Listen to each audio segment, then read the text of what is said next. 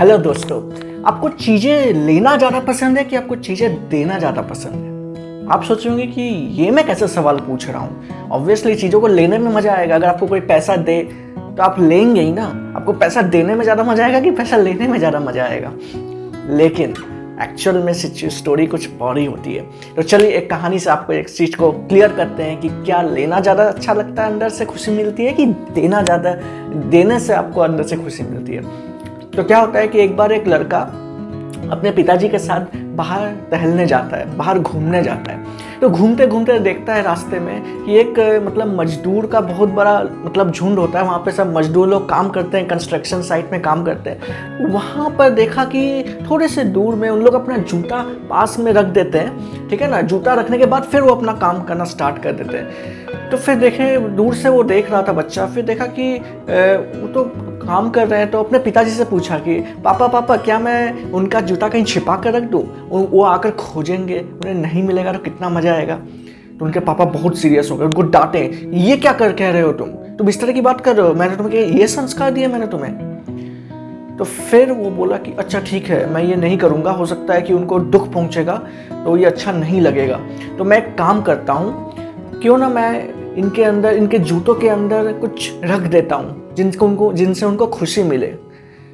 तो उनके पापा बोले, क्या कर सकते हो इसके लिए?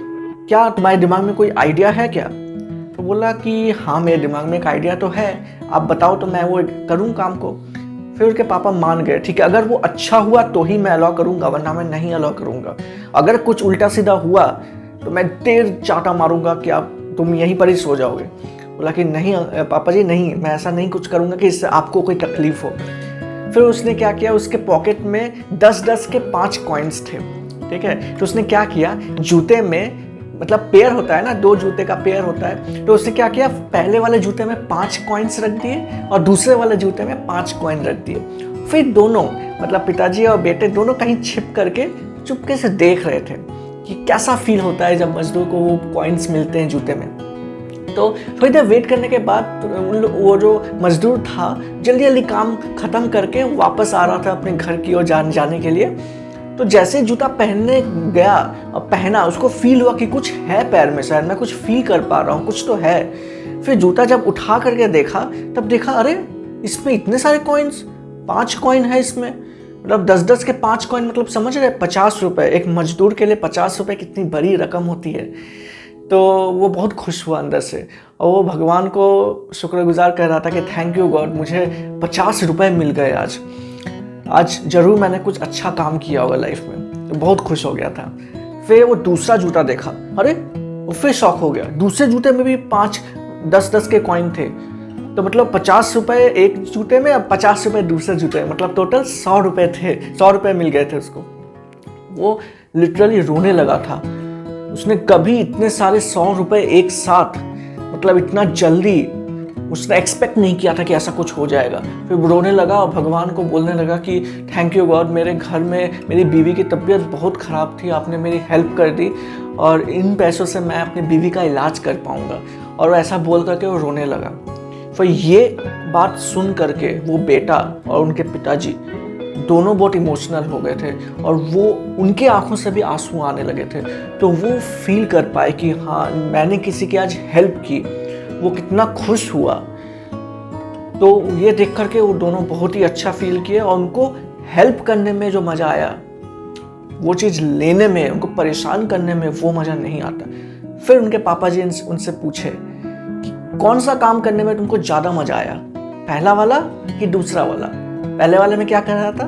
पहले वाले में कह रहा था कि मैं उनको परेशान करूंगा, जूता छुपा कर रख दूंगा, उसको नहीं मिलेगा, कितना मजा आएगा। परेशान करना, सताना जिसे बोलते हैं। तो फिर बच्चे ने कहा कि हाँ, मैंने ये सीख ले ली अपने लाइफ में कि कभी किसी गरीब को सताना नहीं चाहिए, हमेशा उनकी रिस्पेक्ट करनी चाहिए, और हो सके तो उनकी हेल्प करनी चाहिए जितना हो सके, क्योंकि उन लोग बहुत मेहनत करते हैं, दिन रात काम करते हैं। किसान हो, मजदूर हो, इन लोग बहुत मेहनत करते हैं, तब जाकर हम लोग का लाइफ इतना सिंपल और आसान हो पाता है। तो हमें उनको कभी भी परेशान नहीं करना चाहिए। तो इसीलिए ये चीज़ देख करके वो बहुत इमोशनल फील हुआ, वो भी रोने लगा, मजदूर भी रोने लगा था। तो इस तरह से कहानी ख़त्म होती है। और ये कहानी के थ्रू मैं आपको ये चीज़ बताने जा रहा हूँ कि ये जो हम सोचते रहते हैं कि मुझे खाली मिले, मैं किसी को देना ना पड़े, मुझे मेरी तरफ से कोई इन्वेस्टमेंट ना लगना पड़े, मुझे खाली मिलता रहे, ये लॉ ऑफ यूनिवर्स ऐसे काम नहीं करता। ये नेचर का लॉ ऐसे काम नहीं करता। अगर कुछ दे रहे हो तभी कुछ आपको रिटर्न में मिलेगा। इवन कि 5 टाइम्स भी मिल सकता है, डिपेंडिंग अपॉन आप दे क्या रहे हो। ठीक है, तो जो आप दोगे वही ये यूनिवर्स आपको लौटाएगी। तो अगर आप कुछ दोगे ही नहीं, अगर आप खाली लेने के उसमें इंटेंशन से आप काम करोगे तो आपको कुछ मिलेगा भी नहीं, ऊपर से स्ट्रेस और टेंशन और हो जाएगा। तो ये चीज़ हम अपने लाइफ में इम्प्लीमेंट करना चाहिए कि जो भी काम हम करें हमेशा इंटेंशन रहना चाहिए कि हम सामने वाले की क्या मदद कर सकते हैं। अगर आप जॉब कर रहे हो तो हमेशा ये सोचना चाहिए कि कैसे मैं अपना 10x मेहनत करूँ, इम्पैक्ट लाऊं ऑर्गेनाइजेशन में, जिससे कि क्लाइंट खुश हो, कंपनी खुश हो। भले ही पैसा कम दे रही हो पर उस समय स्किल्स पर काम करना पड़ेगा, जिससे कि कैसे हम अपने एफर्ट्स को मल्टीप्लाई करके हम एक एसेट बन सकते हैं ऑर्गेनाइजेशन के लिए। जो हम इरिप्लेसेबल एसेट होता है वो हम ऑर्गेनाइजेशन में बन सकते हैं और हम अपने ऑर्गेनाइजेशन का नाम ऊंचा कर सकते हैं और सब लोग इससे याद रखेंगे कि मेरे वजह से कुछ इम्पैक्ट हुआ है, क्लाइंट्स खुश हुए हैं। ठीक है, और ये हर एक एस्पेक्ट में होता है, ये खाली जॉब के पर्पस में नहीं, बिजनेस के पर्पस में भी देखेंगे। वहाँ भी आपका मेन फोकस होना चाहिए कि क्लाइंट सर्विस, आप क्लाइंट को खुश कर पा रहे हो कि नहीं, उन्हें वो सर्विस दे पा रहे हो कि नहीं अच्छे से, जो आपने प्रॉमिस किया था।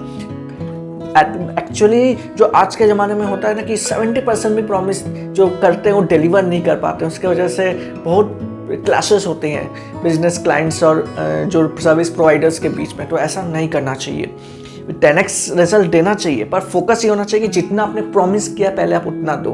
ठीक है, तो देखोगे कि आपको कितना कुछ रिटर्न में रिजल्ट्स में मिलेगा एज अ बाई प्रोडक्ट।